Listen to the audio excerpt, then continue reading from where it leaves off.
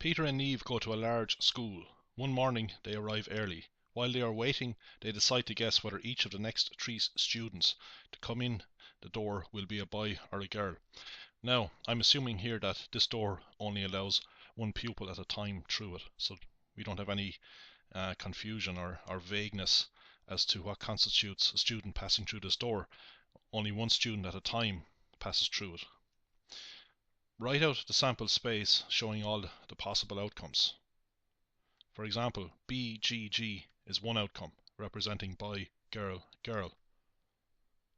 So let's write that one down. Now it doesn't matter who the boy is or who the girls are. All that matters is the gender.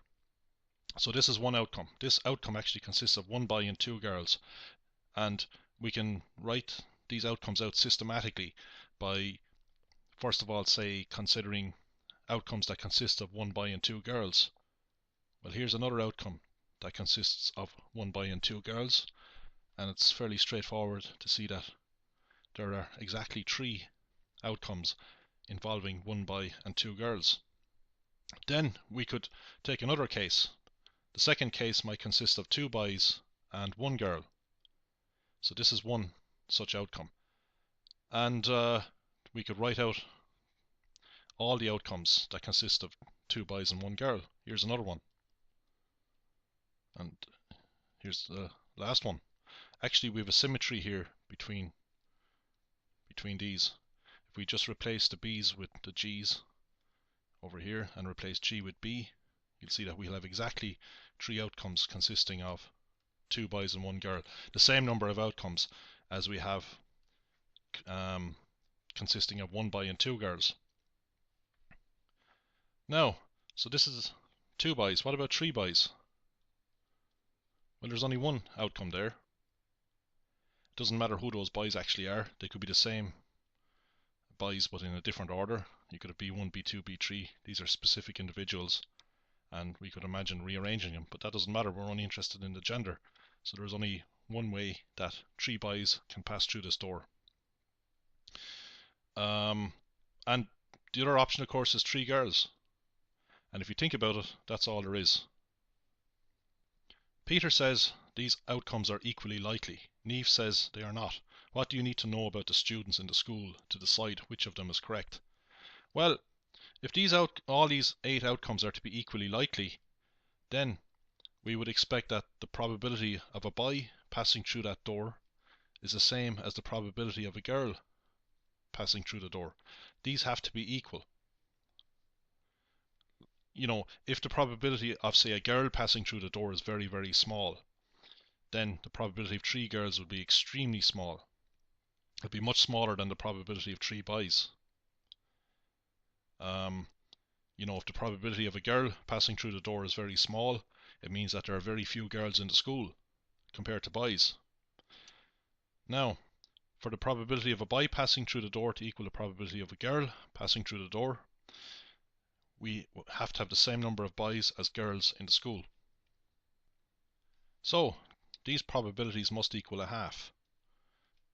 The two probabilities have to add up to 1, of course.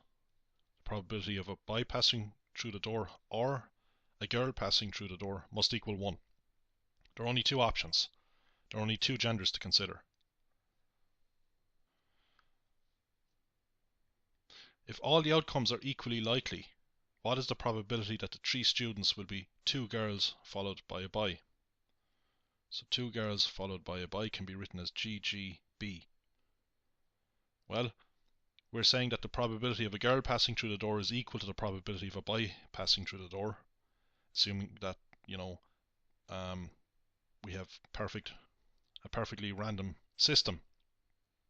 We have equal numbers of boys and girls, and you know, we don't have an imbalance in the probabilities of a boy or a girl entering the door. The chances are the same for this particular time that you know, these students are counting, Peter and Neve.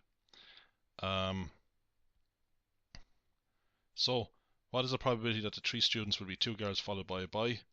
Well, these are 3 independent events, so the probability of this happening is the probability of a girl multiplied by the probability of a girl passing through the door times the probability of a boy passing through the door. That's a half times a half times a half, because these are independent events, which is 1/8. Of course, we can also get it just by considering the sample space. We have 8 outcomes, 1, 2, 3, 4, 5, 6, 7, 8. And one of those outcomes is GGB, this one here. So that's 1 out of 8. We could have worked it out that way by counting the number of these outcomes that we need, desirable outcomes. Well, there's only one of them, 2 girls followed by a boy, and putting that over the total number of outcomes, which is 8.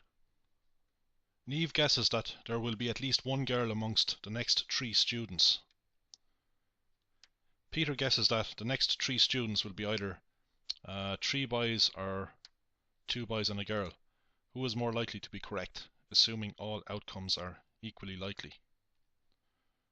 Okay, let's look at all 8 equally likely outcomes, and let's highlight those outcomes that consist of 3 boys or 2 boys and a girl. So that's Peter's guess. So I'll highlight this in blue. So here they are, 3 boys or 2 boys and a girl. So this option consists of 2 boys and a girl, so does this one and this one. Now let's look at Neve's options. Neve says that these 3 students will consist of at least one girl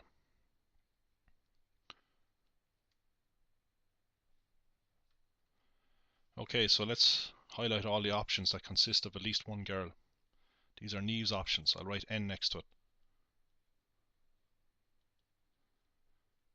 This one consists of at least one girl as well. So does this. At least one girl means one or more girls.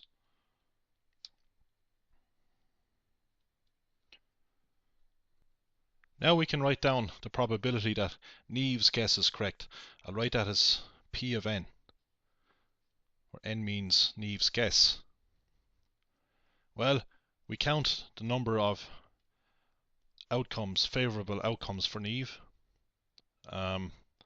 It's 1, 2, 3, 4, 5, 6, 7. And we put that over the total number of outcomes, which is 8. Then we can look at Peter's guesses. Probability of Peter's guesses. So we count the number of favourable outcomes for Peter, which is 4. Put that over 8. Straight away we can see that Pn is greater than P of P. So Neve is more likely to be correct.